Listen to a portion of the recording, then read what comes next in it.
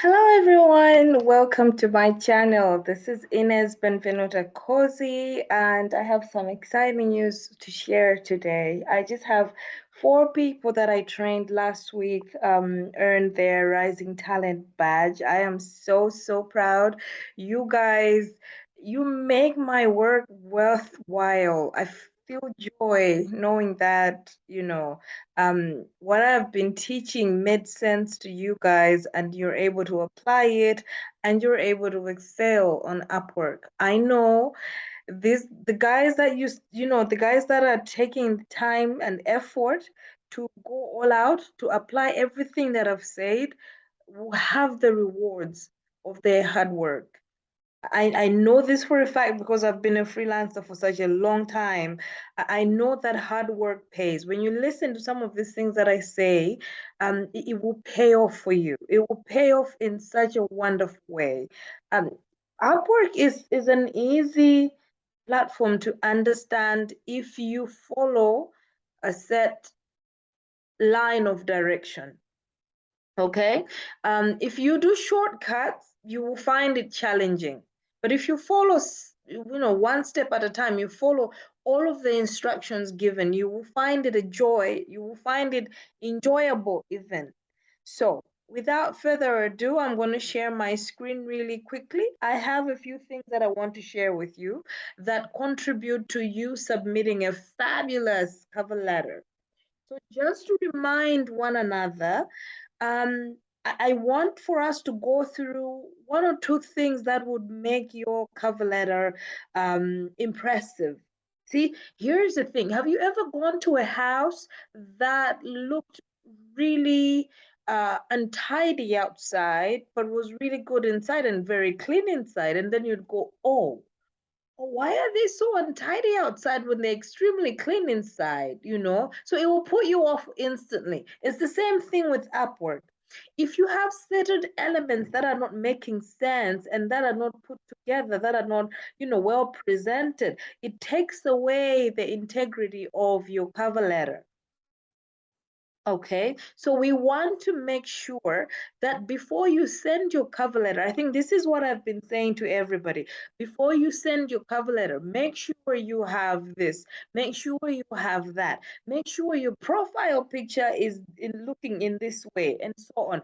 I had to have red lipstick and makeup for my cover letter and blonde hair. So this is my cover letter on my profile. And I took my time to have a very well done, beautiful cover. Sorry, not cover letter. Picture, display picture is what I meant. So I took time to have a really good display picture so that, people would clearly see what I look like, and I was smiling on that. So it makes somebody feel as though this person is cheerful, approachable. When I'm working with this person virtually, they would be motivated because they're smiling already on the DP. You know what I mean? It gives that impression. Now, before we go any further, do you see this badge here that says availability badge?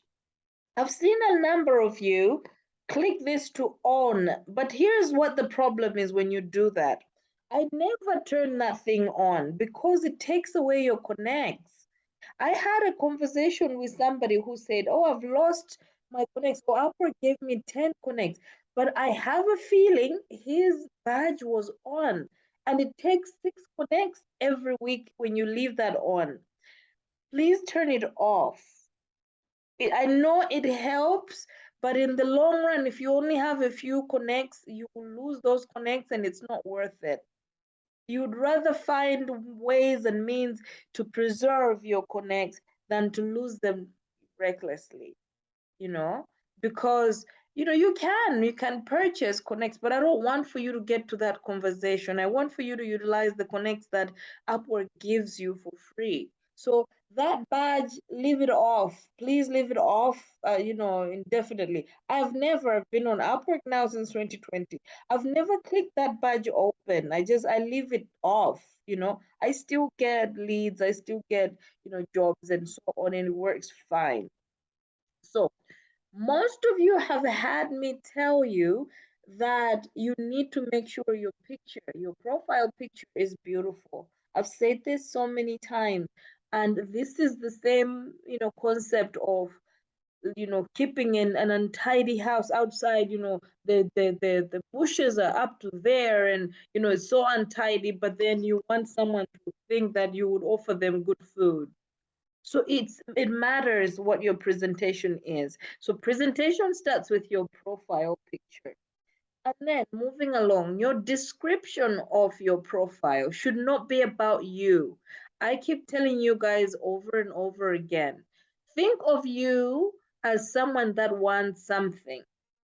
You will not be interested in the person that is giving you that something. You will be interested in your end goal. Am I going to get that something?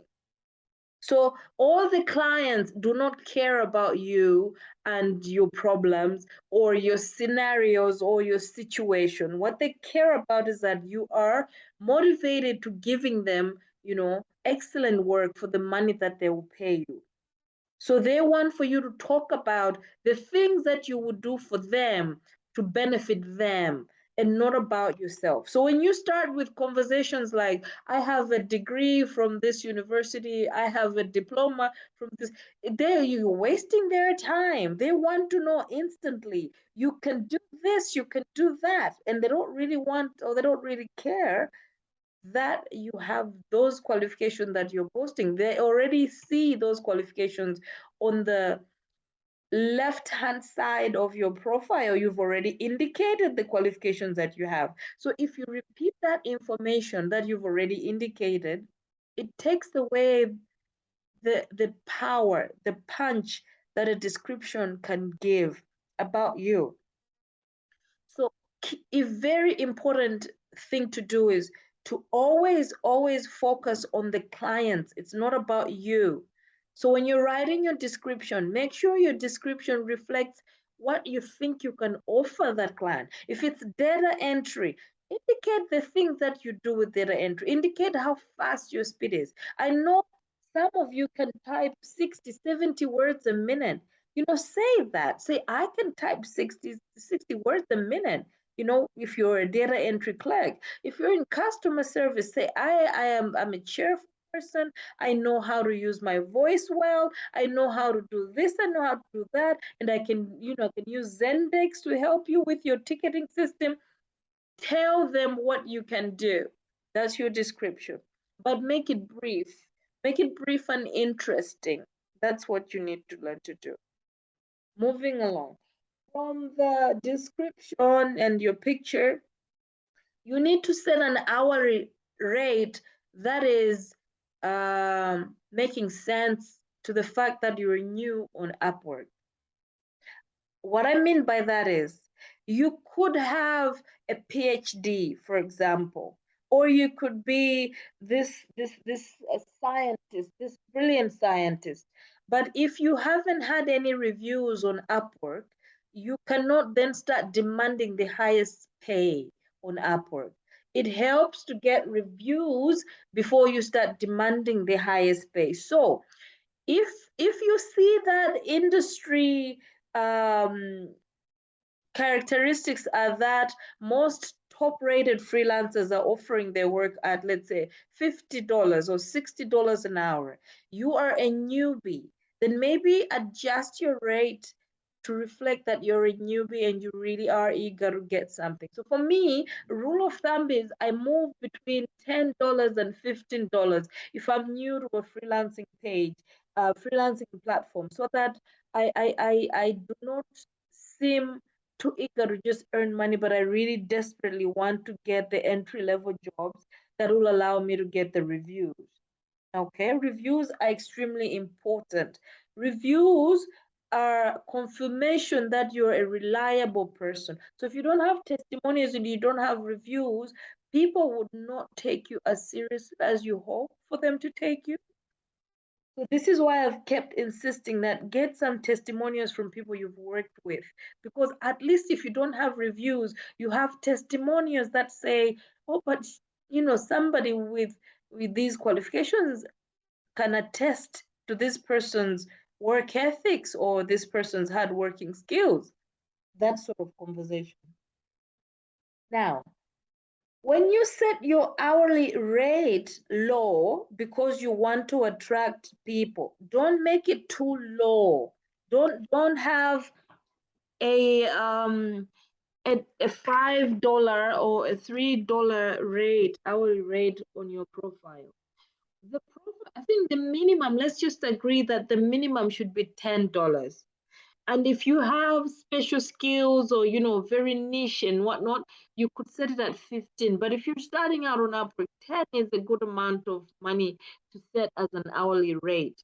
Now, when you're bidding for jobs and you really desperately want a review, $5 jobs are a good starting point. I never encourage people to bid for jobs that are $3. I think that's exploitation. This is just personal belief. I feel that $5 is a fair amount of starting point for anyone. $5 an hour is an agreeable rate.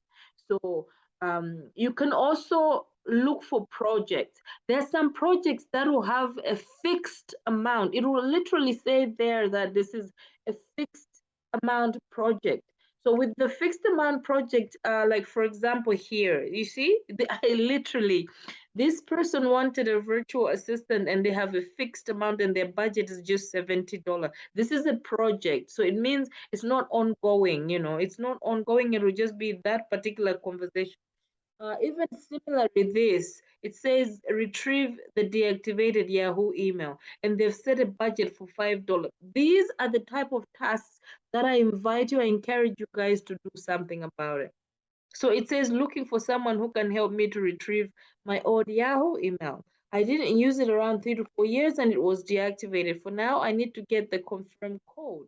So if you know how to do something like this, you could assist this person and get that $5 plus get excellent reviews. Okay. So this is what I mean about getting these little jobs that will get you going. And this one also is less than 1 month. It's a very temporary job, and they will pay you between $4 to $5. So for me, I would be that $5, and so you'd apply for that job and hopefully you. But normally, I want for you to pay attention to this posted 1 hour ago. If something is posted 1 hour ago and it's that low a rate, I would not respond to it. If it's very low on the rate, and it's 10 posted 10 minutes ago or posted 5 minutes ago, then I would definitely go for it. But anything that is low rate and you respond to it after 50 people have already responded to it, is a futile conversation on your end. Okay, so I'm just going to click this so that we are able to appreciate some of the key things that I keep telling you. Now, the beauty of jobs that are low rates and require less skills and whatnot is that the number of connections required for you to send that particular vacancy is also very low. So most of these would have the two connects for you to send because of the requirements, because they're only looking for you to work for less than 30 hours, but also less than a month. And it's just a project and you get between 4 to 5. And this is, the instruction from 8th November to 10th November. So it's not that, that long a duration. But because these guys have already got 5 stars here, they've worked with freelancers and they've spent money, which is a good sign. I keep telling people to watch video 4 because it will indicate, all about a client who has spent money, who has 5 star rating, and who have a payment method verification are legit clients. These are the clients that you need to work with. So remember what I said about jobs posted within an hour. So this was posted an hour ago, and already they are interviewing someone. So if you were to apply for this job, you would have wasted a lot of time doing so because they've also sent 28 invites. I'm sorry, the 28 invites were unanswered, but they sent about 31 invites. So this is important information. For me, if someone is interviewing somebody, I walk away from it. If someone has invited 31 people, that's a lot of competition to work with on Upwork. So I also try to walk away from it. My limit for someone who's inviting other people to apply for their job is about 5. my limit. If there's five invites and they're not interviewing anybody or they haven't hired anybody, that's good. And 5 to 10 proposals is good, but they have already sent invites.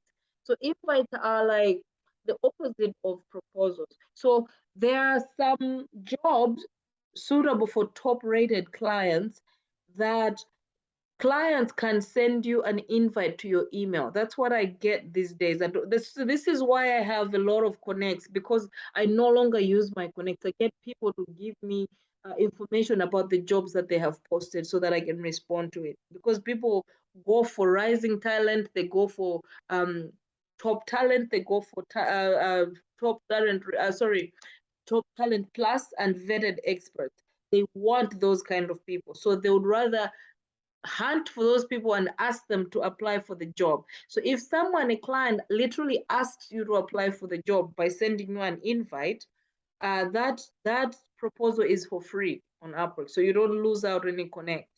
This is where I'm insisting that you do things right so that you get to rising talent as quickly as possible. Okay, now. So you remember you were putting on your skills and you were putting this type of skills. So if the employer is looking for this type of skills and you have this type of skills reflecting on your profile after I insisted that you had 15 skills on it, the algorithm will make you see this particular post very quickly because it's related to the skills that you have. I hope we understand each other. So basically that's that. Now, another very important element is to add work examples. So I've been talking to you guys about a portfolio where you demonstrate some example that you can do. For example, if you're a data entry clerk and you want to demonstrate, data entry clerk skills to a potential client, I think you could organize an Excel, nicely, chronologically filtering everything, and that Excel that looks gorgeous, and upload it as a portfolio if you were doing data entry, or if you were doing like a copywriting conversation and you had written a blog or something, especially for you guys, the journalists. If you've done some work and you have that is something that you've done. For example, I'm on YouTube because at Unicaf I used to do a lot of presentations. That's my job portfolio. I could just copy some of those links on YouTube and upload it on my Upwork profile so that it demonstrates that this is something that I've done in my past when I was working for Unicaf. You see? So it works out that way. You put portfolio of things that you've done. If it's accounting, you could find a way of demonstrating some of your skills by uploading work that you've done in the past. It doesn't have to necessarily be the exact work, because I know there's some confidential documents that we work with. You wouldn't want to upload it on a public platform. But imagine if you could create something similar for the sake of demonstration purposes on Upwork, and then you shared it on Upwork. That really good makes sense. So a client would still be able to visualize something that you've done, in line with what they are looking for. And then I also wanted for you to learn to make a cover letter reflect the person's requirement. So, for example, don't have a one cover letter fits everybody attitude to things. This is a live conversation you're having with people. You're not adding your CV, you're not doing any of that. So, okay, for example, let me see. I want to find an example that I can demonstrate for application purposes. So cold calling. Oh, this is quite good. So cold calling is telesales, is sales, is very strongly sales. So you get a list of clients that you should call, or you get a CRM that already has a dialer. A dialer is something that calls numbers very quickly so that you can talk to people very quickly. But these will be people that you have never spoken to, and these will be people that are not interested in the company, or they've never had an interest. By that I mean they haven't approached the company.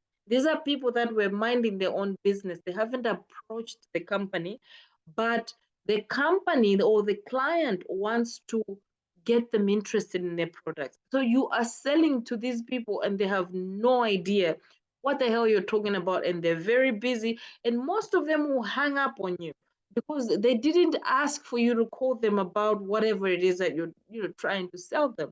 One time I think I will try and do a sales call so that you guys can appreciate what a sales call is all about. But for the purpose of demonstration purposes, let's just say someone is looking for a cold caller to call potential clients, and I have cold calling skills because I've done sales before.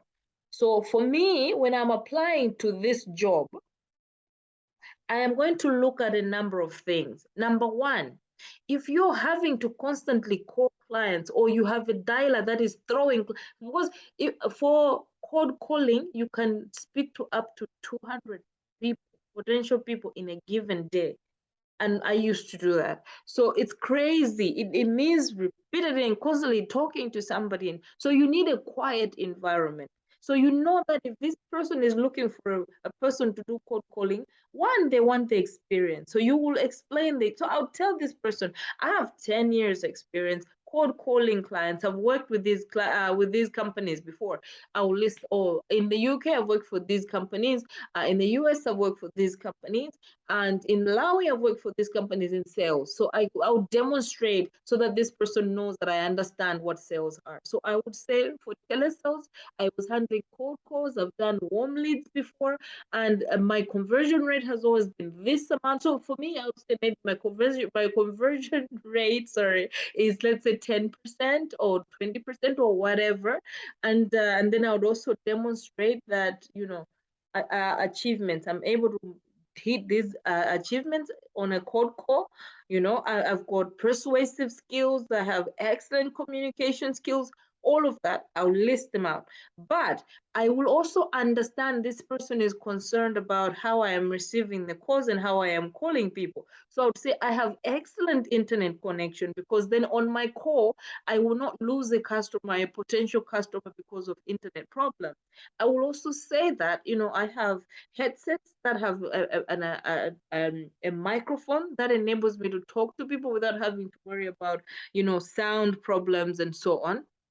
I will also say that I have a quiet office, uninterrupted, meaning I don't have, you will not hear a dog barking, when I'm handling my calls and that sort of thing.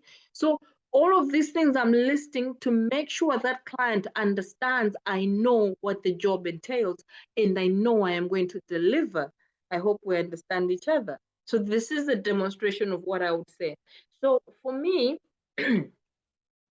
if I wanted to apply for this job, this is where I would go click so that I apply. So I am already aware that this job will cost me 2 connects. So out of my 191 connects, I would lose the 2 connects because I've applied. I'm already aware this client has the 5 stars. This client has payment protection. We've talked about payment protection. If a client doesn't have payment protection, they don't have any stars, and they spend zero money here to giving to anybody. I walk away from those people. Those people are not my people. I don't want to deal with those people. And if I notice that they've been 20 to 50 people applying for that job, and there's one person being interviewed, and they've already invited too many people, and the 20 to 50 proposals already that they're checking, I will not waste my time applying for this job, even though it was fantastic. Because I want to see, for me, I deliberately filter my search. I'll show you. I will filter my search when I'm applying for jobs, because I want to just make sure. So here's what I'll do if I'm looking for work. So I'll go here, and this is jobs. It's already on jobs. So I'll go here, cold calling, let's say. And then it gives me the list of jobs that are available with cold calling scenarios. So I'll go filter by. So I'll say, maybe I want to just check entry level jobs, because if I am you, my interest is either entry level and intermediate. So intermediate is fair for those people that have, qualifications. I've seen a lot of people with master's degree, pick intermediate level jobs that are short term.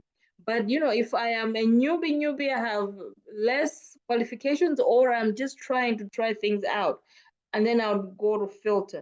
So from here, I would move number of proposals. I want to work with those people that only have less than 5 proposals. So you see, it will give you those options that have less than 5. So this person, I think I'll also give you a hint about this type of person who has payment verified, but they haven't had any stars because they haven't worked with anybody. And so basically, they are also a new person. So sometimes a new person also wants to have reviews, a new client also wants to have positive reviews. So they can make an arrangement with you to work with you so that you both give each other positive reviews. Okay. But for me, I'll still try and narrow my search so that I see some work that is less than the time that I'm looking at right now. Mm. So here you can also even check the number of connects. So I'll go for 2 or less. And then client time zone. I talked to you guys about time zone. So I'll go for EST, which is like New York and so on. Um, just for the sake of trying it. So time zone will give you where the client is. And for example, if they're in Malawi, we use Central African time. If they're in the UK, they have the GMT +1, I think.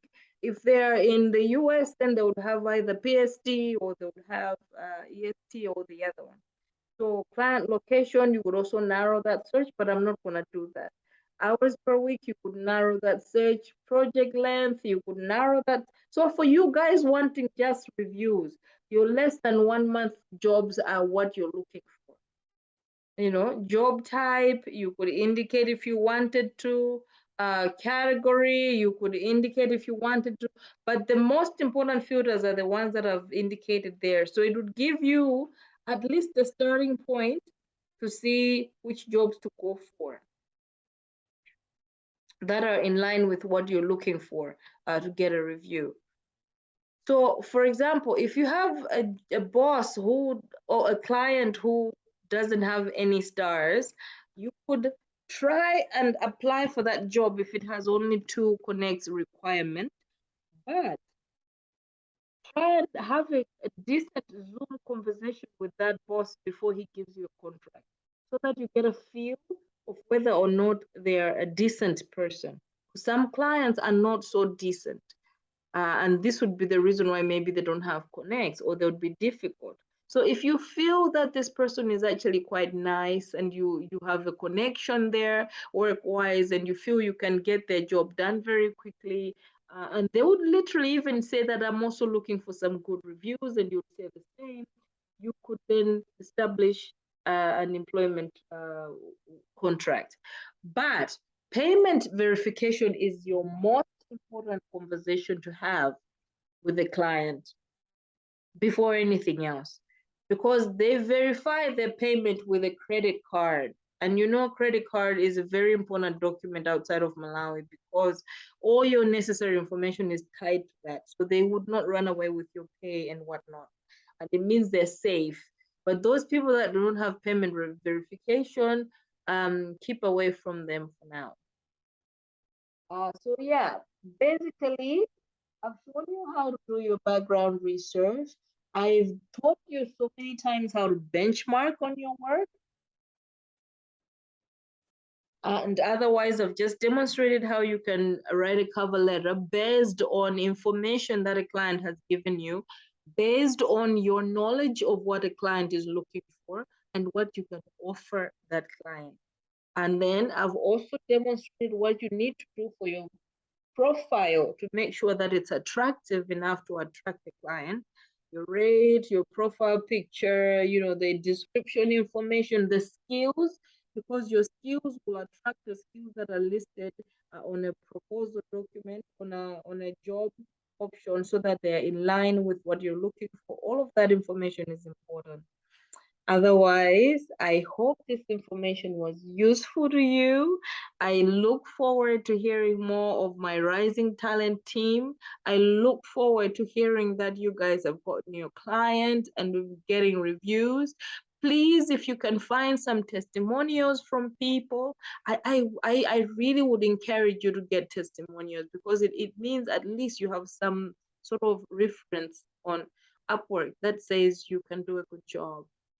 For those people that do not have any work experience, I have given you links to Allison.com. Now, with Allison, the tutorials are for free. With Upwork, you really just need the tutorials. You need the skills. You don't need the certification on Allison.com as much as you need the actual skills. You can work without any qualifications on Upwork if you have the skills. That's the beauty of it. So you can make use of YouTube, make use of Udemy, make use of Allison.com to gain skills that will help you. So the skills that you're looking for the most, things like data entry, things like sales, things like virtual assistant, they do not require a lot of effort. They just require for you to be clever and for you to understand what the jobs are entailing. And so you are able to demonstrate to a client that you are conversant in that line of work. Most clients would even offer to give you a bit of orientation to walk you through the systems they're using and so on, and to help you. So I keep saying I need to record a virtual assistant toolkit. I am going to do that this weekend. You know, a woman's work is never done.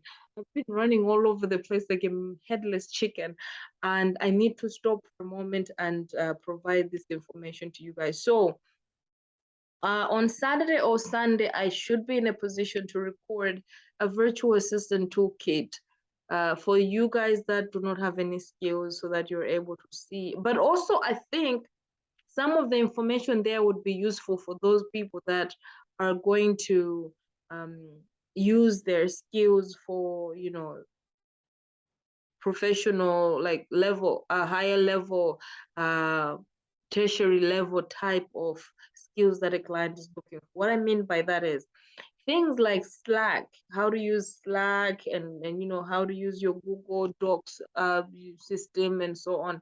There are some of those skills that we take for granted when we're working in Malawi that you desperately need to know how to use, because that's the way you can work virtually. So if I create a video that says virtual assistant toolkit, just watch it. Even if you're not going to be a virtual assistant, just watch it, because there's some tips and things that even you would need to use. Like, for example, you know, setting your calendar to a different time zone and so on, using Slack and so on, using CRM systems, some softwares, you know. So that conversation would be important, I think, to a lot of people, not just those that are looking to work as virtual assistants. So yeah, otherwise, have a good day and enjoy. Bye.